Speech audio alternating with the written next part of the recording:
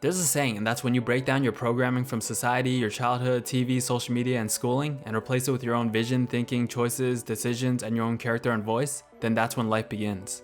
I'm sure I didn't get it exactly right, but it was something like that. If you guys ever played video games, which I'm assuming most of you guys have, you probably heard of the term NPC, which stands for non-playable character. Now in video games, NPCs are characters controlled by the game's artificial intelligence. They're not actually players, they're just there as a minor part of the game. They normally only have one role, players in the game can't be NPCs, and they're limited to certain scripted, coded responses or actions. And again, NPCs are only in the game for one reason, they only serve one purpose, and that's to further the game's agenda. They don't do anything else. And the reason why I'm talking about this is because the term's sort of been popularized in culture today, and I always kind of thought about how many people live just like NPCs in a game, except this is real life. I mean, at least I think so. I mean, who knows, I don't even know what year it is anymore. I tried to do some research on real life NPCs and how the way most people live are similar to that of NPCs in video games, but the only things that came up were far left articles on how it's a pro-Trump right-wing term used to bash liberals. And this is coming from sites like the New York Times and Business Insider, by the way, go figure. It's actually kind of funny, it's like the guy writing this article got triggered because he felt it applied to him, so he went out of his way to write an article about it. But if your motivation or springboard to write an article to vent about the term NPC is internet trolls, you're kind of fulfilling that exact definition. It's honestly the most cringe-worthy thing ever when you hear extremist takes on either side. And a lot of these people in media and politics are the definition of real-life NPCs. They don't have a single original thought in their body. And they exist for one meaningless purpose, and that's to spout political nonsense with no substance to push propaganda and agendas. It's like you're just a mouthpiece for the system. I don't know, man, I can never imagine tying myself so hard to a political party where I lose the ability to think for myself. It's kind of cringe, honestly. Anyways, I'm kind of getting away from the point, but no, the reality is that's actually becoming all too common in the world today.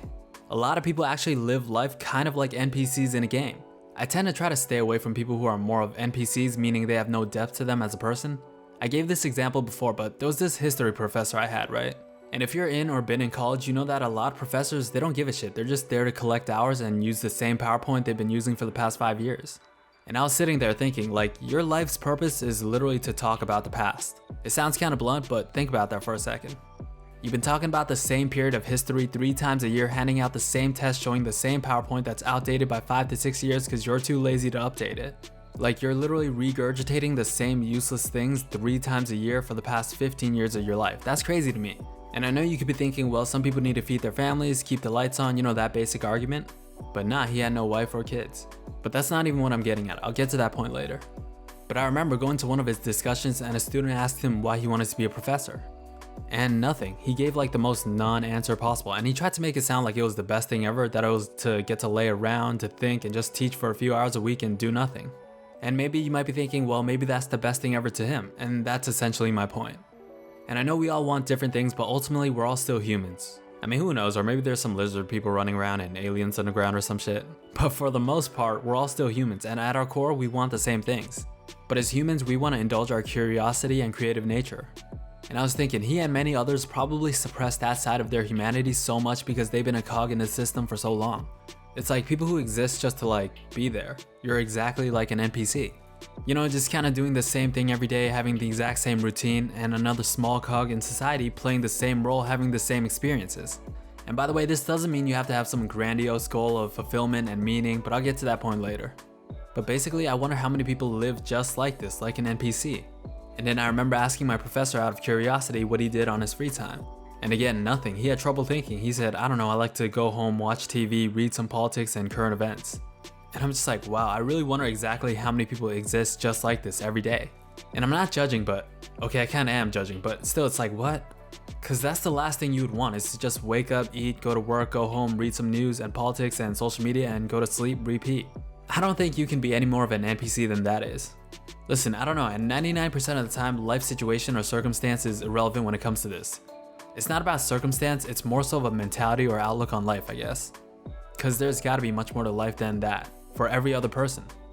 And again, realistically, what percentage of people live life similar or just like this? That's why your thoughts are almost exactly the same every day. You're thinking the exact same things. You really only do one thing over and over. For most people, you wake up, check your phone, wash your face, brush your teeth, go to work that you dread for about 8 to 9 hours, get back home, turn on the TV, whatever you watch, eat, shower, go on a computer, social media, go to bed, and repeat.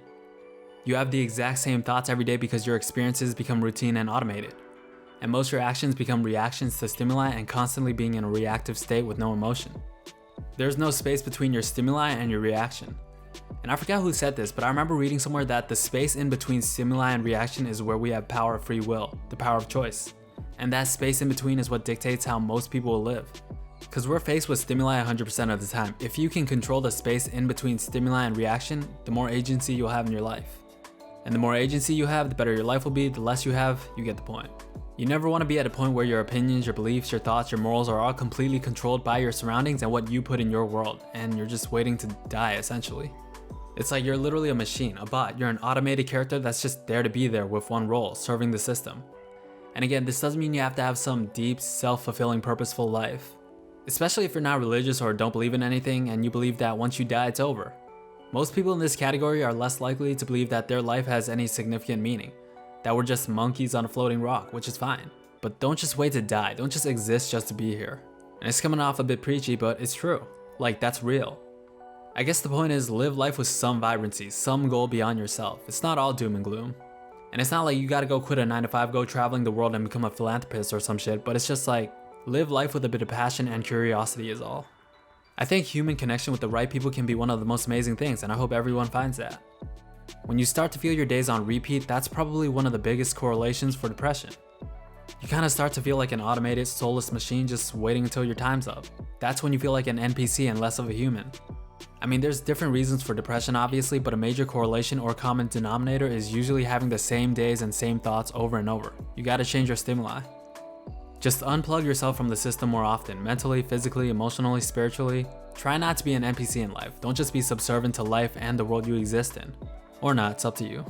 Anyways, hope you guys enjoyed the video. Leave a like, comment, or sub. And with that said, make sure you guys stay true. Talk to you guys real soon. Oh yeah, and if you made it to the end, just want to say, this one took a bit longer because I've been thinking about what I can do to switch things up.